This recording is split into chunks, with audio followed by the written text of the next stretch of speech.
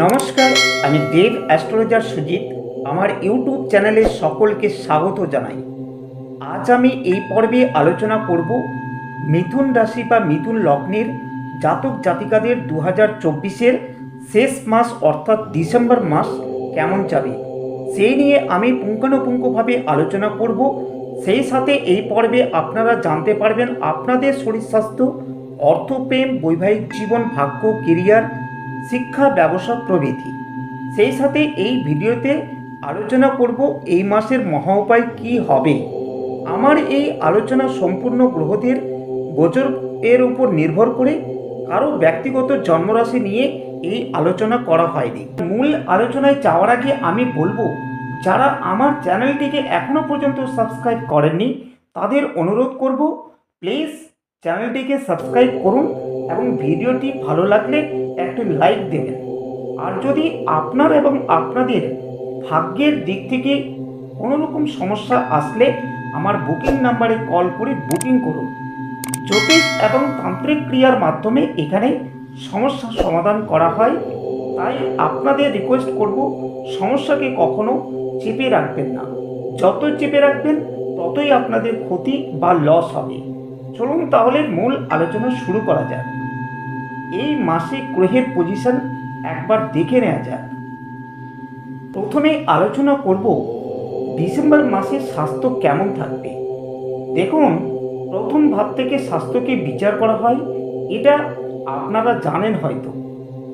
আর আপনাদের রাশির অধিপতি গ্রহ বুধ বর্তমানে ষষ্ঠ স্থানে অবস্থান করছে। তাহলে ষষ্ঠ স্থান থেকে আপনারা কি ফল পাবেন জেনে রাখুন। ষষ্ঠ স্থান থেকে রোগ, ঋণ, শত্রুকে দেখে থাকি, কিন্তু বুধ রবির সাথে একত্রে অবস্থান করছে। এর ফলে বুধাদিত্য যোগ তৈরি হয়েছে। এটা কিন্তু মঙ্গলের স্থান। মঙ্গল বর্তমানে কর্কট রাশিতে নিচস্থ হয়ে রয়েছে। এটা আপনার দ্বিতীয় স্থান। এর ফলে শরীর স্বাস্থ্য তেমন খারাপ যাবে না। বড় ধরনের কোনো অসুখ থাকলে সেখান থেকে কিছুটা আরাম বোধ করবেন। এই মাসে কিছু কিছু অসুখ দেখা দিতে পারে। সেগুলি হলো সর্দি, কাশি, গলার সমস্যা, টনসিল, অ্যালার্জি, পাইলস। এই ধরনের অসুখে আপনাকে ভুগতে হতে পারে। আর যারা নার্ভের সমস্যায় ভুগছেন তাদের সাবধানে থাকতে হবে। এবারের আলোচ্য বিষয় হলো আর্থিক পরিস্থিতি কেমন থাকবে এই ডিসেম্বর মাসে। অর্থভাব দেখা হয় দ্বিতীয় স্থান থেকে, আর দ্বিতীয় স্থানের অধিপতি গ্রহ হল চন্দ্র। সে আবার প্রতি 2.5 দিন অন্তর অন্তর রাশি বা ঘর পরিবর্তন করে থাকে।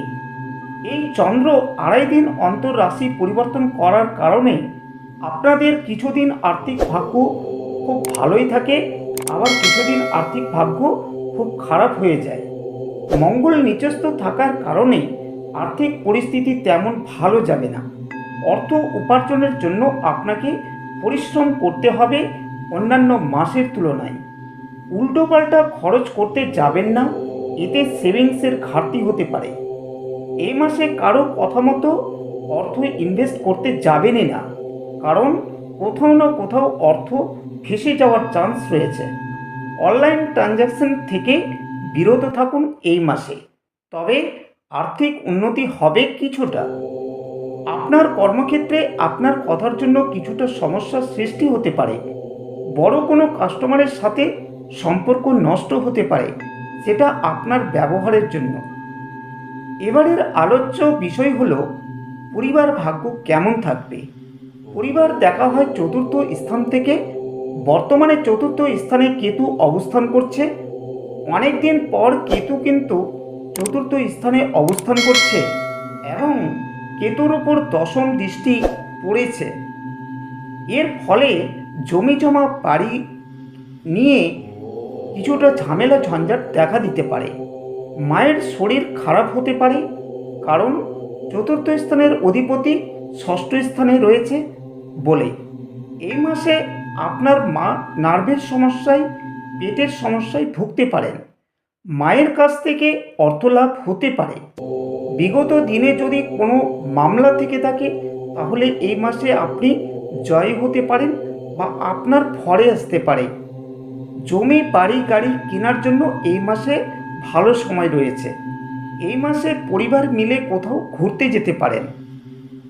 এবারে আলোচ্য বিষয় হলো সন্তান ভাগ্য কেমন যাবে। সন্তান ভাগ্য দেখা হয় পঞ্চম ভাব থেকে, আর পঞ্চম ভাবের অধিপতি শুক্র সপ্তম স্থানে রয়েছে এবং বৃহস্পতি ও শুক্র ক্ষেত্র বিনিময় করে রয়েছে। এর ফলে দৈত্যগুরু যোগ তৈরি হয়েছে। এর ফলে সন্তানের পড়াশোনা কিছুটা সমস্যা আসতে পারে এবং শরীর স্বাস্থ্য খারাপ হতে পারে। আর যাদের 18 বছরের ঊর্ধ্বে যদি কোনো সন্তান থেকে থাকে তাহলে বিবাহের জন্য দূর থেকে যোগাযোগ আসতে পারে এবং 28 তারিখের মধ্যে।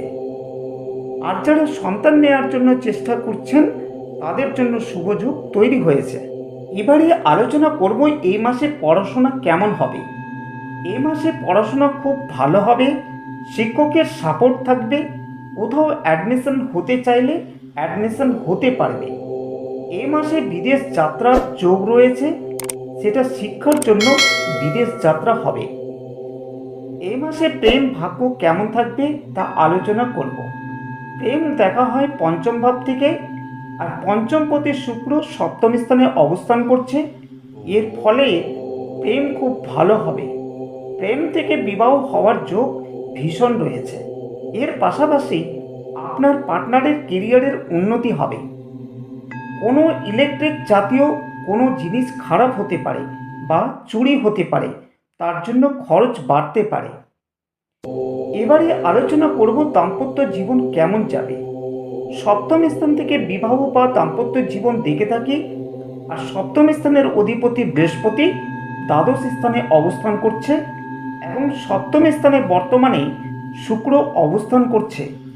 এর ফলে দৈত্যগুরু যোগ সৃষ্টি হয়েছে।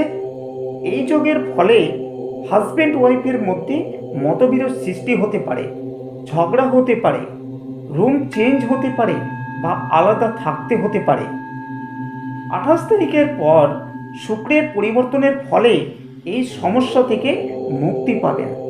যারা বিবাহ করতে চাইছেন তাদের 28 তারিখের মধ্যে বিবাহের যোগাযোগ আসতে পারে।